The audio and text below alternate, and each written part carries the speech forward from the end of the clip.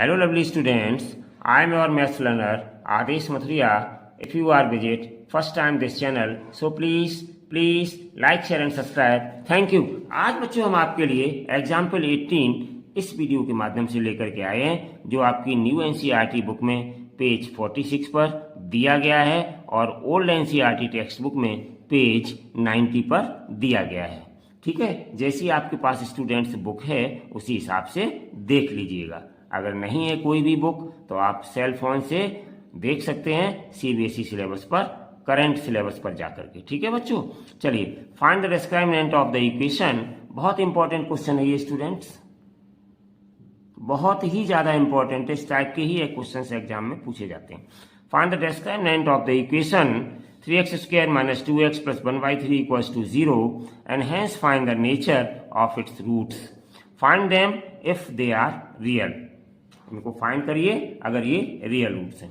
तो given equation is, ठीक है ना, given quadratic equation is 3x² - 2x + 1/3 = 0। ये आपकी इक्वेशन दी गई है।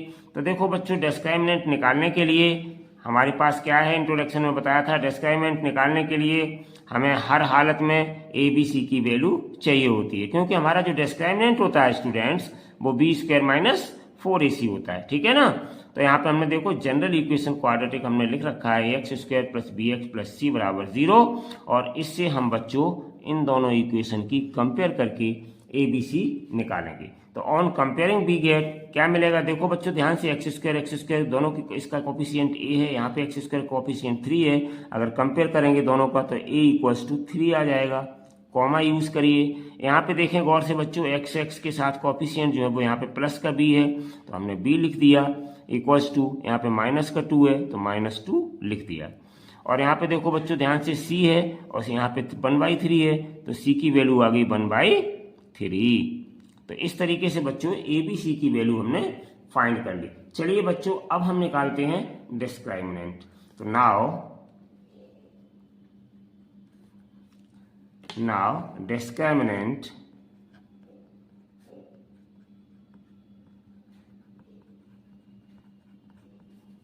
discriminant क्या होता है मेरे पास, b² - 4ac। तो देखते हैं डिस्क्रिमिनेंट क्या है स्टूडेंट। तो b², b की जगह हम बच्चों यही रखेंगे -2 का होल स्क्वायर, -4, a की जगह 3 है बच्चों, और c की जगह 1/3 है। ठीक है ना। सॉल्व करेंगे थोड़ा सा इसको, तो क्या आ जाएगा, तो ये = आ जाएगा मेरे पास -2 का स्क्वायर करेंगे स्टूडेंट्स 4, प्लस का 4 हो जाएगा। और देखिए स्टूडेंट्स, ये आपका 3 से 3 कैंसिल्ड हो जाएगा ऊपर नीचे, तो कितना बचेगा मेरे पास, -4 ही बचेगा केवल। अब देखिए स्टूडेंट्स, ये 4 से 4 फिर कैंसिल्ड हो जाएगा, तो अब मेरे पास क्या आ जाएगा, =0। इसका मतलब क्या हुआ बच्चों, सिंस डिस्क्रिमिनेंट b² - 4ac = 0 आ गया। ठीक है ना। और जब डिस्क्रिमिनेंट 0 होता है तो इसका मतलब क्या है बच्चों, जब डिस्क्रिमिनेंट 0 होता है इसका मतलब क्या होता है, यहाँ पे लिख दीजिएगा देयरफॉर, ठीक है ना, the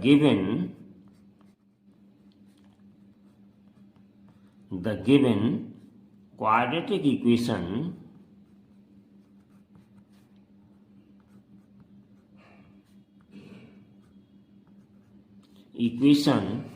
has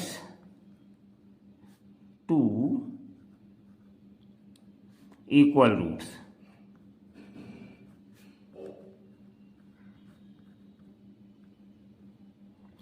has 2 equal roots। ठीक है। Now to find roots, now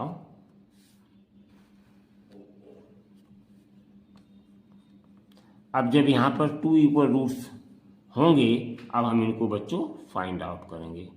और नो रियल रूट्स होते, अगर <0 आ जाता तो कोई रूट नहीं होता, तो हम उनको फाइंड आउट नहीं करते। नाउ टू फाइंड रूट्स, तो रूट्स फाइंड करेंगे अब हम स्टूडेंट्स। ठीक है ना। अच्छा, रूट्स फाइंड करने के लिए क्या करेंगे, यही बच्चों हम क्वाड्रेटिक इक्वेशन लेंगे। स्टूडेंट्स ध्यान दीजिए, यही जो क्वाड्रेटिक इक्वेशन हमें गिवन है इसी का हम यूज करेंगे। तो क्वाड्रेटिक इक्वेशन है 3x² माइनस 2x और प्लस 1/3 इक्वल्स टू 0। तो देखिए बच्चों थोड़ा सा हम इसको सॉल्व करेंगे। तो सॉल्व करने के लिए क्या 3 का हम इन दोनों में मल्टीप्लाई कर देंगे, या फिर आप कहिए कि इसके अपॉन में 1 मान के 3 एलसीएम ले लीजिएगा, बात एक ही है, ठीक है ना। तो कितना आ जाएगा ये 3 3 जा 9x² और माइनस 3 2 जा 6x और प्लस 1 और होल के अपॉन में कितना आ जाएगा, एलसीएम लेकर करें, ऐसे करने एक ही बात है, और इक्वल्स टू 0। ठीक है बच्चों, अब अपॉन में अगर हम 1 मान लें, क्रॉस मल्टीप्लाई करें तो 3 का 0 मल्टीप्लाई 0 हो जाएगा, इसका 1 में करेंगे तो यही रहेगा। इसका मतलब हमें क्या मिल गया students, 9x² minus 6x plus 1 equals to 0। ये हमें बच्चों क्वाड्रेटिक इक्वेशन मिल गया। ठीक है, आई होप यहां तक आपको समझने में कोई प्रॉब्लम नहीं हुई होगी स्टूडेंट्स। ठीक है, नाउ बच्चों अब हम करेंगे फैक्टर। तो देखो बच्चों यहां पर कांस्टेंट टर्म के सामने प्लस का साइन है। कैसा है, प्लस का साइन है। इसका मतलब ये है कि कांस्टेंट टर्म के सामने जब प्लस का साइन है तो हम क्या करेंगे स्टूडेंट्स कि इस 9 को और इस 1 को ले लेंगे, इनके मल्टीप्लाई करेंगे और ऐसे फैक्टर करेंगे कि ऐड करने पर, प्लस का साइन है ना, तो ऐड करने पर 6 आ जाए। तो देखो बच्चों 9 और इंटू 1 तो इक्वल्स टू 9, और इस 9 के हम फैक्टर कर दें बच्चों तो 3 3 जा 9, और अगर बच्चों हम इन दोनों को ऐड कर दें, कैसा साइन है यहाँ पे, प्लस का साइन है, तो प्लस का साइन क्या कह रहा है कि इनको ऐड करने पर मिडिल टर्म 6 आ जाए। तो 3 + 3 कितना हो गया, बराबर 6 हो गया, आ गया मिडिल टर्म। तो इस मिडिल टर्म को तोड़ने के लिए हम बच्चों इस 6 की जगह पर 3 + 3 लिख देंगे।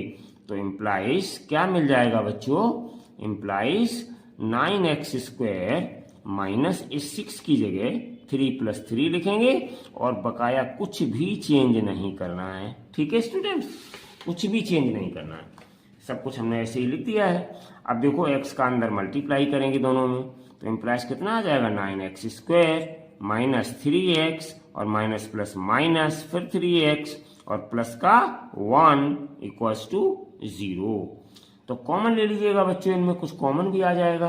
तो देखो कॉमन लेने के लिए यहाँ पे 2 पेयर बन रहे हैं बच्चों, एक हमारा ये पेयर बन रहा है, दूसरा ये पेयर बन रहा है। पहले इस पेयर में से कॉमन ले लीजिएगा।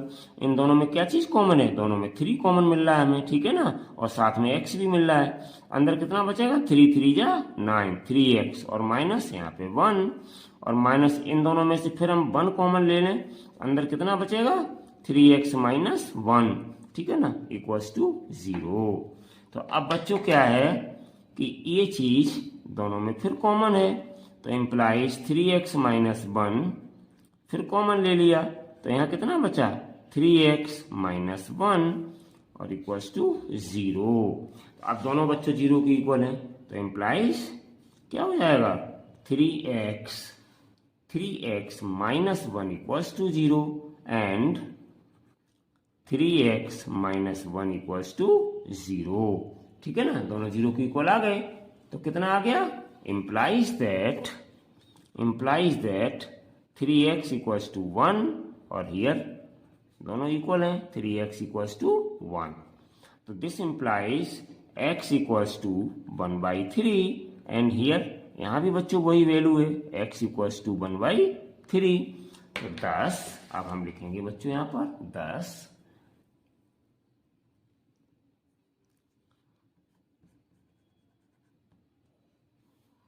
required roots are